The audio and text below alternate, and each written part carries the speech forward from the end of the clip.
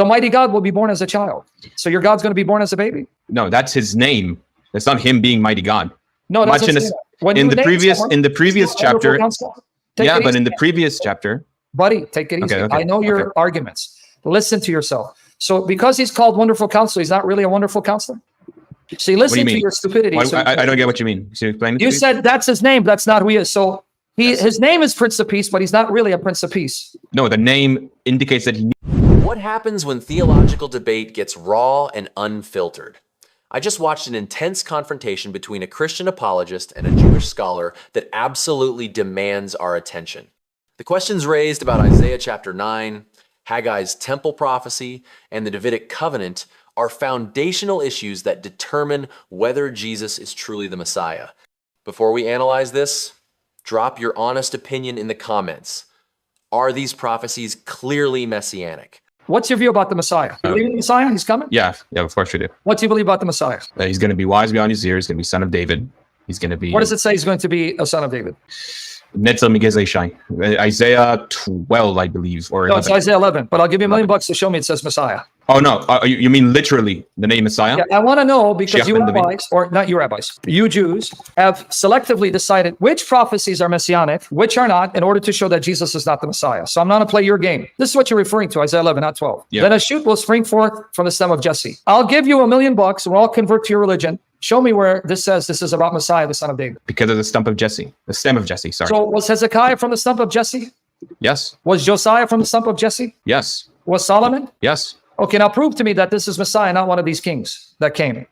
They're all Messiahs, but not the Messiah. Okay, no, the Messiah. I want you to show me prophecy about the Messiah. Spirit of Yahweh will rest on him, spirit of wisdom, understanding and might, and so on and so forth. Okay, how do you know this is the Messiah? I'm still waiting for the answer, buddy. Because he has not yet come. All of these have not yet been fulfilled. How do you know it's not referring to one of the historical kings? Because it's speaking in the future tense. How do you know it's not referring to one of the kings that comes after Isaiah? Are we going to keep going doing this? Because you know there were Judean kings that went to the Babylonian captivity, right? I know, yes. Okay, so how do you know it's not referring to one of them? I don't think, if I recall our history correctly, I don't think that it matches any of the other kings after. Well, you can think what you want, because if you've read your scriptures, even the promises that God makes are conditioned, because he says that his throne will be forever. But then he says, if he obeys my commandments, like he said with Solomon. So how do you know it's not conditional? Because of 2 Samuel 7. That's actually going to work against you. I know what you're referring to. 2 Samuel 7. Go there. I want to see it. I want to see how you understand it. Very easy. You sure you want to see it? I know it. Oh, I just want to see what because have you read the parallel for I know that it's about Samuel. Sorry, about Solomon. Who? Solomon, sorry. Okay, so I don't need to prove it, because then look what he says about Solomon. Hold on. 1 Chronicles 28, verses 4 to 7. Solomon, you admit it.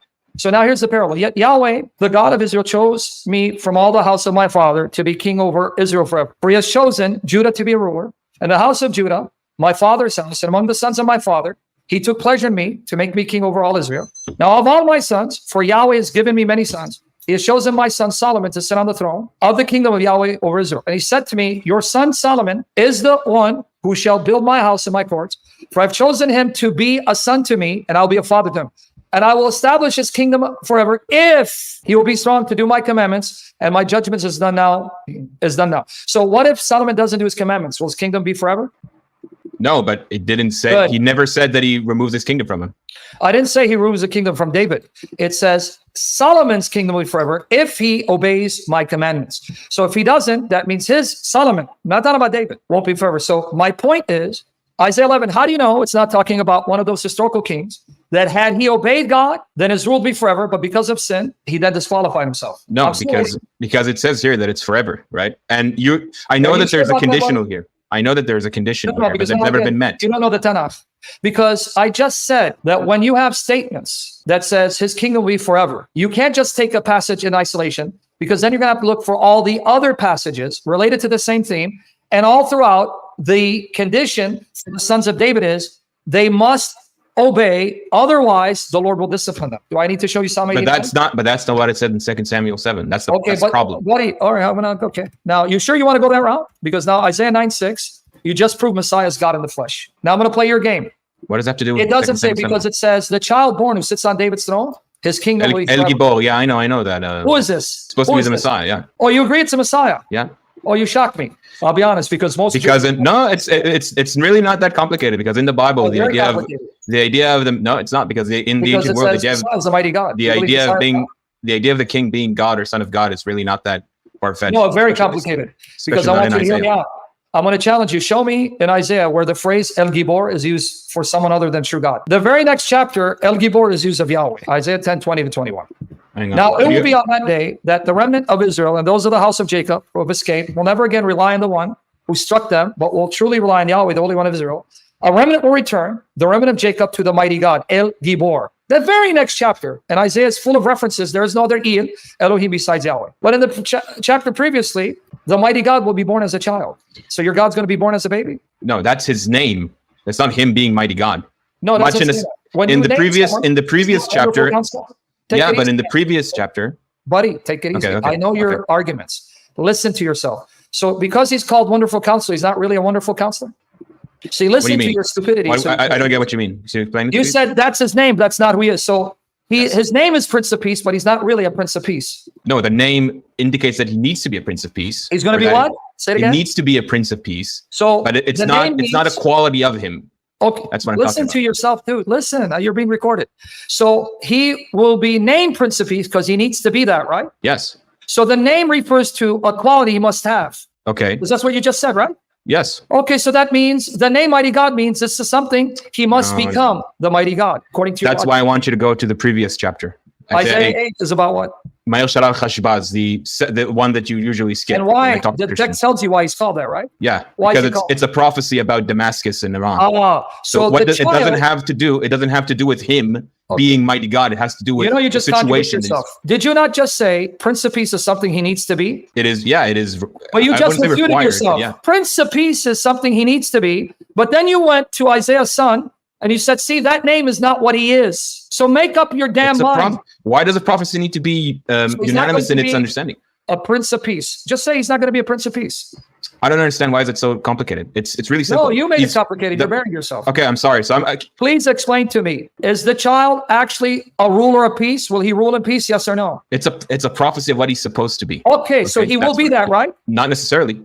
But wait, I'm going to bury you because it says his kingdom will be forever. So now you're saying it's conditional. To establish and uphold with justice and right here on the throne of David's kingdom. To establish, uphold it from then and forever. Now you just contradict yourself because you said, see, in Isaiah 11, right, it's unconditional. Well, here it's unconditional. It will forever. Could you pull it in Hebrew, please, so I can read it in Hebrew? So now you just admit forever doesn't mean unconditional. It doesn't have to be extra. So make up your mind, buddy, so I can know how to address you. Like I said in 2 Samuel 17, it's not conditional. Yes, it is. No, it's not. Please pull it up. Please pull it up. Please. Yes, I did. I know it says, I will not take away my love from him as I took it away from Saul. Do you believe First Chronicles 28 or what do you mean? What do you mean? Do I believe?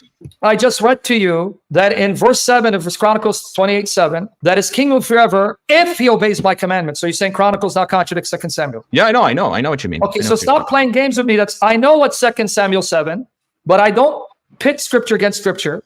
I'm being more charitable to your Old Testament. I believe that passage explains this passage. That Solomon's kingdom will only be forever if he obeys. Can you now show me, to prove my point before you read Hebrew, whenever God mentions a king who will come, it says he sits on the throne of David. He is David, their king. Can you now show me where, when God speaks of a king to come after Solomon, and he says, this one sits on the throne of Solomon? Why does it need to be in those words? Because according to you, when God said to Solomon, his kingdom is forever, that's unconditional, meaning it's his kingdom, right? Not just to him, to his lineage. But you said it's unconditional to Solomon. No, the dynasty is unconditional, not the kingdom itself. I'll let everyone decide how you contradiction. Now read the Hebrew from here. It is. You can read right to left. Go ahead. Okay. Now tap dance around Olam. Tap dance around because this is the yes. No, it is forever. Okay. So can we stop the nonsense and coming back? Okay, never mind. I'll concede this argument. Okay. It is forever. No. Don't concede that because you're going to do a tap dance. So now this is an unconditional promise. He will reign forever. Is that what you're saying? His dynasty, yes. So guys, notice he said yes because I don't want to. On the throne of David, yes. And that means he will then actually become the Prince of Peace? No.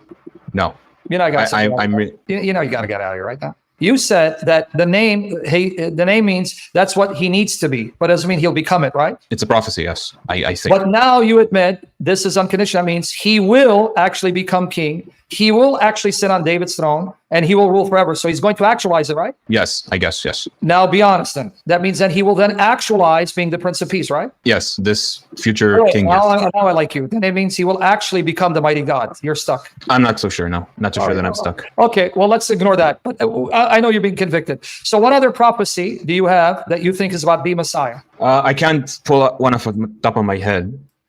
So I can only say what will happen in the end of days with. Well, you can't tell me if you don't know the prophecies. That means you're just giving me your interpretation. Okay.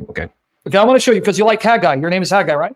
Haggai, yes. Okay, let's go here. Now I want to see. I want you to explain to me.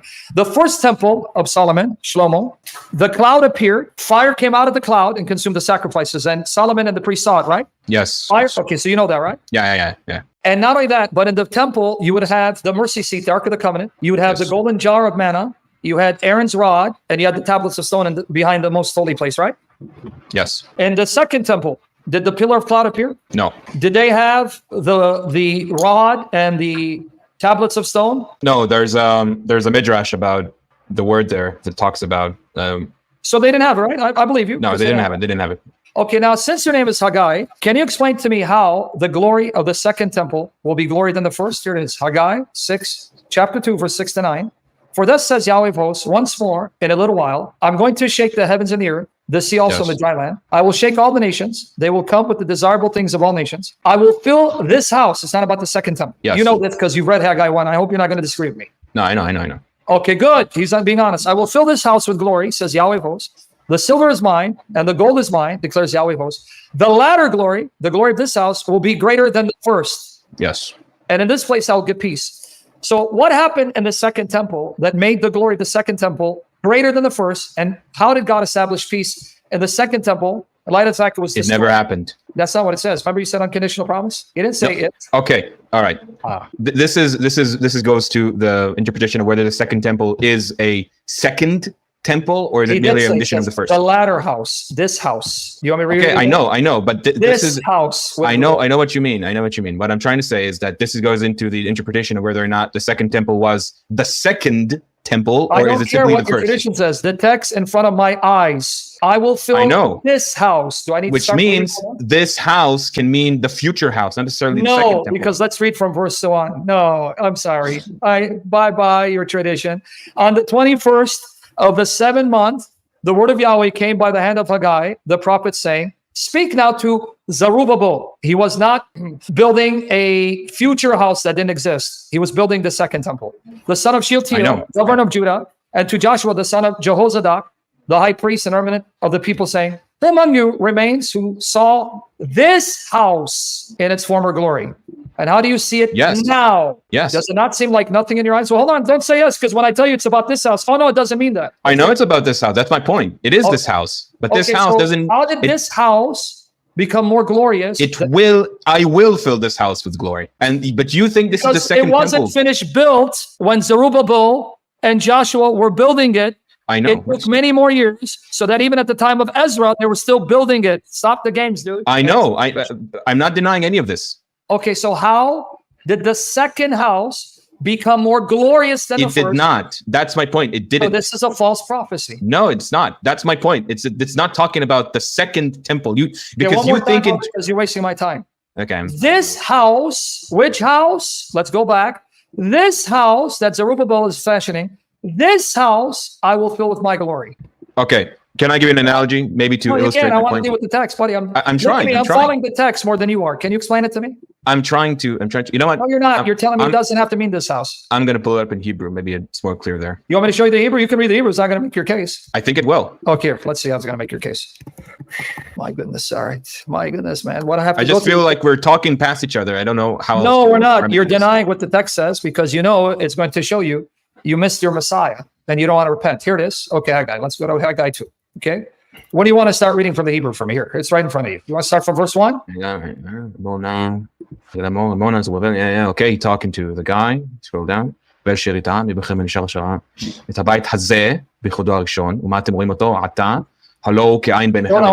it say here? Yes, this temple, this house. Okay, good. Remember these words, okay? Remember, yes. Which temple? The one that Zerubbabel is fashioning, right? Yes, the same one that was destroyed. Okay. Good. No, it wasn't destroyed yet. No. Meaning the first one was, but this one is not. This is exactly my point. This is exactly my point. No, that's not your point, because the second one is being built. There is no second house. That's my point. There is never a second house. It's the What same are they house. building here? The temple. And when he says right here, so you're playing games with the text, but you have to act like a Muslim with your own Bible. That's okay. They have to pervert the text.